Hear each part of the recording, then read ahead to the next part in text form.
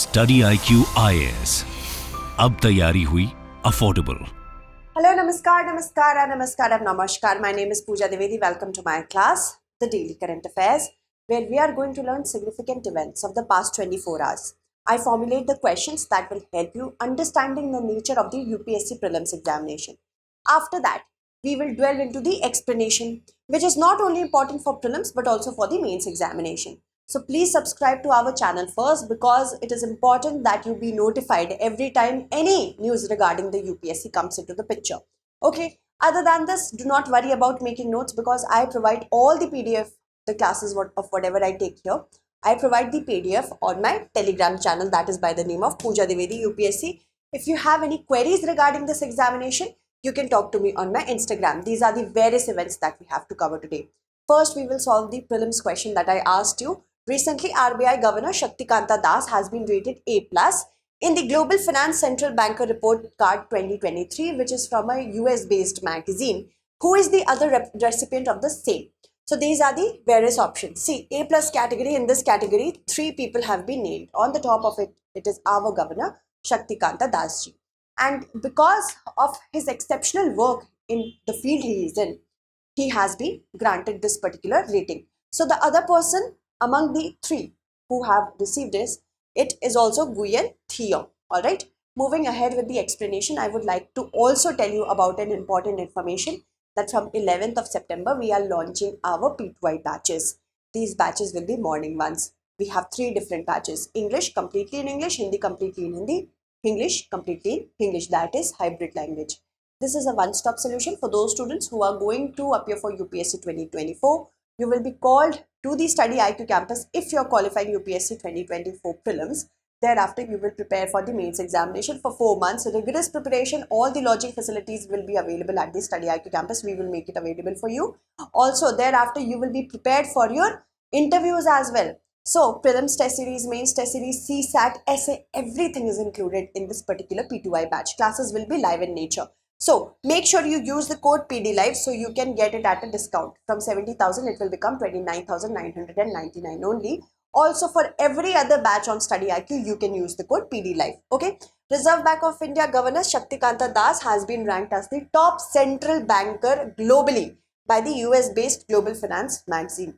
Other people also include Switzerland Governor Thomas J. Jordan and Central Bank of Chief of Vietnam, Nguyen Thi. Okay. On various parameters, people are measured. Governors of institutes, economic institutes are measured. First, what is their policy with respect to inflation control? How they are doing when it comes to achieving goals of economic supremacy? Other than this, what is the currency stability? What is the interest rate management? Everything is measured, in which our governor has performed exceptionally well. And the range of ranking goes from A to F. Okay, moving on. Now let's talk about this particular question. Consider the following statements. Once a virus enters the human body, its genetic material enters the cells and starts making copies of itself. And if error occurs during this copying process, it triggers a mutation. Statement 2 says mutations in the virus always provides advantage to the virus. So we have to choose the correct answer using key codes. See, any virus, in order to update itself so that it can live forever, mutates time and again. Once it enters our bodies and our cells, it starts making copies of itself so that it can infect more cells. And when it does it, mutations occur. That means earlier it looked different, and because of its physical composition, chemical composition and symptom composition also changes. So mutation is a very normal thing for a virus to do. Sometimes it mutates so much in order to evolve that it can also gain certain advantage. It can be better off from the immunity system. It can actually bypass our immunity system. Vaccines may no longer work. The antibodies which have been produced in our body may no longer provide security against that mutation. But it is not always the case. Sometimes mutations are also injurious to the virus itself. The virus itself may become weak, and it is not always advantageous. Although it's a very deadly process that it goes through. It knows that if I mutate too much, it may happen that I evolve too much and I become weak. Sometimes mutation also do not at all have any impact on it. So these are the certain things we have to keep in mind about mutation. Although statement 1 is correct, but statement 2 is not correct because it is saying that it is always providing advantage to the virus. It keeps on evolving. Viruses are very clandestine in nature. You never know what they are up to. So statement 1 is correct, but statement 2 is not correct. Option C will be the correct answer. Recently, an article published in the Yale Medicine Review has said that there is a particular strain or a mutation that has occurred in the variant, it is driven by the new corona variant called BA.2.86. That means a mutation has occurred which is creating a lot of infection, specifically in the United States if we talk about, and informally this is known as pirola. And there are 30 mutations to its spike protein combined to XBB.1.5, which is the variant of Omicron. See, through the spike protein, the virus can enter our cell. And when the spike protein becomes more efficient in entering the cell, it is due to mutation. Generally, it is due to mutation. And supposedly, this white thing is our antibody. It earlier, when the original virus came, it recognized it, it started attacking the spike protein. Now, if the mutations occur, new spike protein, new type of spike proteins occur, the antibodies which were effective for this virus is not working for that virus. So this is the advantage of mutation. Changes in spike protein. This is what the coronavirus does. And why do they mutate? First, to move from host to host more effectively. Upgrade themselves. This is what any virus does. To reproduce faster, to adhere better to the surface of target of host cell, to evade our immune system and the vaccines. That is why a lot of upgradation and study is being done for the current coronavirus. Once it enters our human body, its genetic material, that could be either DNA or RNA, it enters these cells and starts making copies of itself. When it does, it makes certain errors, and that errors give rise to mutation. And mutation occasionally comes along with genetic mistakes, okay, which can either make it more advantageous or less advantageous, or we can call it weaker. With reference to the Digital Services Act of the European Union, consider the following statements. Social media companies are required to add new procedures for faster removal of content deemed illegal or harmful. Users should display personalized ads directed towards minors or based on sensitive personal data. It does not impose penalties for non-compliance. So how many of the statements given above is or are correct? C. Recently, the DSA came into existence as the most stringent law in the European Union, which is going to regulate big social media platforms such as Meta, Google, Facebook, and everything else. And here, social media companies are required to add new procedures for faster removal of content which are illegal or harmful. And these companies can also be sued. Also, if an out-of-court settlement is being asked by a consumer, that also has to be obliged by these companies. So it's a very stringent law. Users should not display personalized ads which are directed towards minors or based on sensitive personal data. So supposedly 10 December 2023 is a birth date of some child. And if I put that on social media, based on that, if the social media starts giving me products or advertising products towards me, then what will happen? That this kind of data is personalized advertisement that hasn't to be done specifically towards minors. It does not impose penalty for non-compliance. No, it does provide penalties for non-compliance. There is a provision of penalties. Then only these big companies will be fearful, right? So first statement is correct, second is not, and third is correct. Okay, third is also not correct. First correct, second incorrect, third incorrect. Okay. So how many are correct? One only will be the correct answer. The European Union's groundbreaking Digital Services Act has come into effect. It tightly regulates the way intermediaries, especially large platforms such as Google, Meta, Twitter, now X of course, and YouTube, moderate user content. Social media companies are required to add new procedure for faster removal. They should also make the consumers understand how does it work. Users can challenge takedown decisions and seek out of court settlement as well. Not only that, very large online platforms and very large online search engines, which are specifically those companies or social media platforms which have more than 45 million users in the European Union, they are centrally supervised by European Commission itself, so that they cannot bypass the rules of the member states. So there is a centralized authority for all the European Union. And how their algorithms work, that also has to be explained. To conduct systemic risk analysis and reduction to drive accountability about the social impacts of their product. It should be made accountable, the social media platforms, that their products are causing harm, or is it really benefiting the society or harm to them.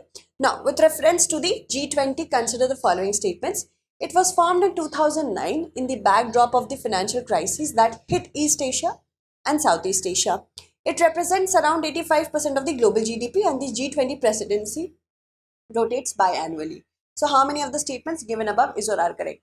See, G20 summit is about to take place in India, and Xi Jinping is of course not coming. I have already covered that. You can watch that. Why is he not coming? That's a small video, and you will also be able to understand why is he not coming. Of course, these are speculations. And G20 summit comprises of 90 countries plus the European Union. It was formulated in 1999 at the backdrop of the crises that occurred, financial crises that occurred, and India is the chair for the current year. The presidency rotates annually and not biannually. It happens every year. Right now it is India, next year it will be Brazil in 2024. After that it will be South Africa in 2025. So UPSC can ask you about the G20 Troika, remember that. Alright, so first statement is correct. Second is correct. It represents 85% of the GDP and 2/3 of the world's population. And the G20 presidency rotates biannually is wrong. Okay. So first is correct, second is correct, third is not correct. Only two will be the correct answer. The 18th G20 Head of States and Government Summit will be held on September 9 to 10, 2023 at the Bharat Mandapam in New Delhi's Pragati Maidan. Also, Bharat Mandapam is so big. The theme on which it is built is the Vasudhaiva Kutumbakam, which is also the theme for the G20 presidency. It can be seated by 7,000 people in its multi-purpose and plenary halls combined. Alright, moving on. This is the Bharat Mandapam. It's also bigger than Sydney's Opera House. Now, this is the group of 20. Argentina, Australia, Brazil, Canada, China, France, Germany, India, Indonesia, Italy, Japan, Mexico, Russia, Saudi Arabia, South Africa, South Korea, Turkey, UK, US, and European Union. As I already have told you about these two. Absentee countries for the current summit will be Russia and China. Russia is not coming. Why? Because of the Russian invasion of Ukraine. It does not want to be questioned about it. Other than that, Chinese President Xi Jinping is not coming. He will be, China will be represented by Li Qiang. Okay, he's the Chinese premier. So president is not coming for certain reasons. I have already covered that. 85% of the global GDP, 75% of the global trade, and about 2/3 of the world's population is represented. Many other countries are also our guest countries. I will tell you about that as well. Consider the following pairs. Heritage we have to match with the country we are taking it from.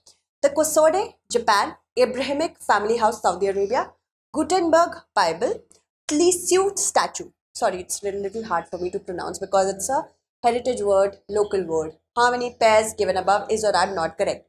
The Kusode, we have got it displayed at the summit venue of the G20, and it belongs, it's kind of a kimono. It's from Japan.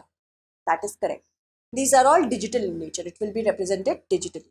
Abrahamic Family House, which is an interfaith complex, is from UAE and not Saudi Arabia. And Gutenberg Bible is Germany, from Germany. Okay, we'll see that as well. I hope you remember Gutenberg discontinuity. Now, Cotlesiu statue is from Mexico and not France. Okay. So, first is correct, second is not correct, third is correct, fourth is not correct. How many are not correct? Two are correct, two are not correct. Two only will be the correct answer. Now, at the venue of the G20 summit, countries will be represented through their art and culture. Okay, and many other countries, apart from 20 countries, of course, the 19 plus the European Union, and these are the other countries that have been invited as guests. So, the countries that have been invited as a guest, the 9 countries, will also get their heritage to be displayed either in physical or digital format, whatever works the best. Countries will include the guest countries: Bangladesh, Egypt, Mauritius, Netherlands, Nigeria, Oman, Singapore, Spain, and UAE. UPSC loves asking us about guest countries as well. So please remember that. Okay. Now moving on, UK, what kind of heritage material will be displayed? Let's go into that. 18th century King Dynasty jar from China, a statue of Apollo from Italy, a copy of the 13th century Magna Carta, depending on their availability. Some would be physical, some would be digital in nature. UK, the Magna Carta, this is the Royal Charter of Rights by King John of England at Windsor on June 15, 1215. Then India will be represented through Panini's Ashtadhyayi, which is a set of rules that one must follow to write and speak Sanskrit. We also talked about it at the short that I provided you for Vishwa Samskrita Dina. Object of cultural significance will be physically displayed. Cultural masterpiece will be digitally displayed. Intangible cultural heritage, of course, will be digital. Natural will be digital. And an artifact related to democratic practices will be either physical or digital. Most of them here will be digital. Mona Lisa painting, Francis submission, of course, iconic. Gutenberg Bible, earliest major book printed for Germany. Then the Cotlicio statue from Mexico, these are all digital. And it's an Aztec sculpture. Then we have Abrahamic family house from the UAE. The Kosode, a short-sleeved garment, the direct predecessor of the kimono from Japan. Okay, I've already talked about this, so let's talk about the next question. Who among the following was considered as the promise of India by his fellow professors? So, Ishwar Chandra Vidyasagar, Dadabhai Nauroji, R.C. Dutt, Rajendra Prasad. The correct answer to this question is Dadabhai Nauroji. Today is the birthday of Dadabhai Nauroji, the grand old man of India, who as a moderate ensured that Indians get involved in politics. Moderates have had many drawbacks, we all know that. But we can never deny their involvement in making people aware about the ills of the British. The drain of wealth theory, which was propounded by Dadabhai Nauroji, helped a lot in making even the masses understand what is actually happening. Taking the money from India and giving it to the British. This is what is drain of wealth. And it was very easily understood by even the masses. Although moderates had their own drawbacks, but most of the times they mentioned that they made sure that whatever agitation the Indians had to do, it happens constitutionally so that it cannot be suppressed. This stance was also used by Mahatma Gandhi in the initial phases. Now, Dadabhai Nauroji was born in Bombay, now it is Mumbai, of course, and that was in 1825, 4th of September, to the Parsi family. He was the only child of Manik Bhai and Nauroji Palanji Dordi. He was a brilliant student, he studied in the famed Elphinstone College of Bombay and was appointed assistant professor at there and awarded the honorary LLD degree at Bombay University. He started schools to impart education to women and Gujarati weekly named Rast Goftar, which is the truth teller, to spread his ideas in the city of Mumbai. Not only that, he was a pioneer of the social reform and was regarded as the promise of India by his fellow professors. He became a partner in the commercial firm which was named Kama and Company, which was the first Indian firm to be founded in London. A good question can be formulated by UPSC here. Many of you may ask, ma'am, this question, where have you asked this from? Because of course it's not available in the books. You have to look beyond the books. Whoever looks beyond the books is the favorite of the UPSC examination. So I am here to help you in that only. Okay. In late 1866, he founded the East India Association in London to ensure that people know about India there. And in July 1875, he was elected as a member of Bombay's Municipal Corporation. In January 1885, he became the vice president of the Bombay Presidency Association. He was the first Indian to be elected to the British Parliament in the House of Commons in 1892. Also the first Indian to sit on a royal commission appointed to look into the financial hardships which was faced by the people of British India. He was a staunch believer in the constitutional methods. He also believed in Swadeshi. A very good question on this can also be formulated. But he was not against the use of machines for organizing key industries in India. He died on June 30th, 1917 at the age of 91 after 7 decades of selfless service to this country. Moving on. Consider the following statements. India shares a land border with only one ASEAN country. I have asked this question in one of my map insights, but there has been a change in certain words. India began as a dialogue partner of ASEAN in 1992. All the ASEAN countries have a coastline. So what do we have to see? How many of the statements given above is or are not correct? Now, recently the news has come that Prime Minister Shri Narendra Modi will be on a 2-day visit to Jakarta, Indonesia for the 6th of the, from the 6th of the month, that is September, to attend the 20th ASEAN India Summit and 18th East Asia Summit. And this is the ASEAN, the Association of Southeast Asian Nation. It is a regional organization to promote political and social stability that was rising among the Asian nations. The motto is one vision, one identity, one community. It came into existence in 1967 and 8th August is celebrated as the ASEAN Day. Secretariat is in Jakarta, Indonesia. Here it is. Okay. So let's talk about the ASEAN countries. India shares a border with Myanmar. Myanmar is an ASEAN country. Other than this, India doesn't have a land border with any other country. So remember, land border is the term because we also have our maritime border with certain ASEAN countries. Laos is a country that doesn't have a coastline. Apart from this, as you can see, all other countries have a coastline. Okay, so first statement is correct.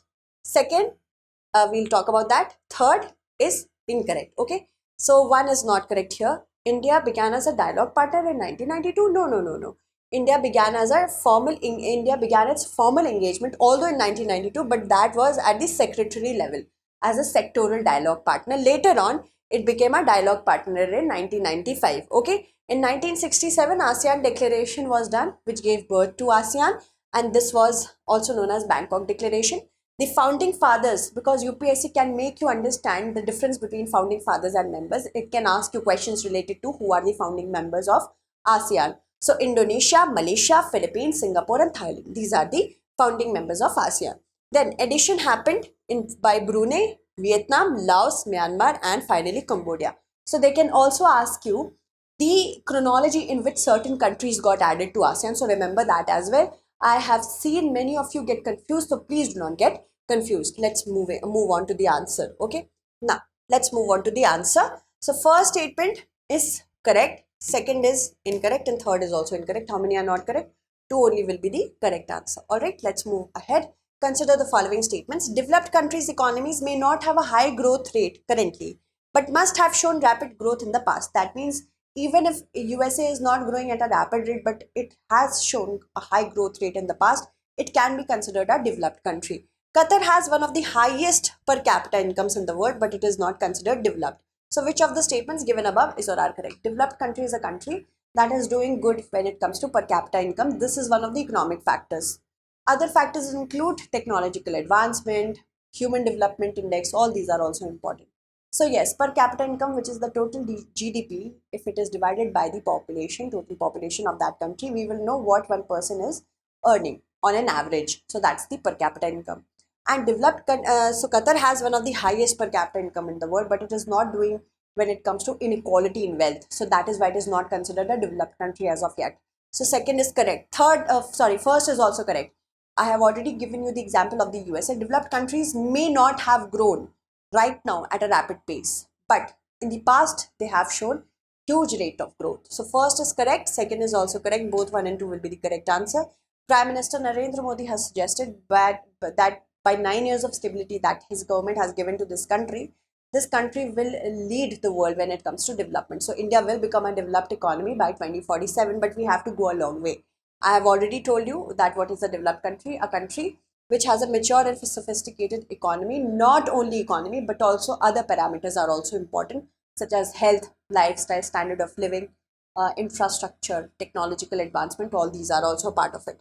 These may not have a high growth in the current times, but in the past. They have advanced technological infrastructure and diverse industrial and service sector. Economic factors include per capita income, what is the level of industrialization, what is the general standard of living, technological infrastructure. Non-economic include human development index, what is the year of schooling, mortality, child mortality, maternal mortality, all these are also included. Now generally it is considered that if the per capita income is $12,000 to $15,000, then that economy can be called as a developed economy. But if some experts believe it is as high as $25,000 to $30,000. Most developed countries have less than 10 infant deaths per year per 1,000 live births. These are the certain, you can say, features of developed economies. Moreover, they have a life expectancy of over 75 years. One such example is Qatar. I am talking about the country which is not considered developed even if it has a good per capita income. It has one of the highest per capita income in the world, $88,000. But however, it is not considered developed because vast income inequality is there and lack of opportunities of education to citizens. The Bairabi Sairang railway project, which was in the news due to collapse, and of the under construction railway bridge. The railway project is located in which state? You have to answer it correctly in the comment segment. Let me take the names of those students who have answered the last question correctly. Yes, so option A was correct. Om has answered it correctly. Simran has answered it correctly. Mandeep, Shambhav, Riya, Priyadarshan, Abhishek, Mansi, Komal, Himang, Mukul, then Omkar, Nand, Abhijit, Ritu, then Anirudh. Thank you so much, Spaghetti Butter. I don't know what your real name is. Thank you so much. Varun, then Nikhil, Abhay Niranjan. You can go to StudyIQ IS English, find the video related to El Nino in the current affairs section of playlist. Okay, there I have extensively explained how El Nino affects each region.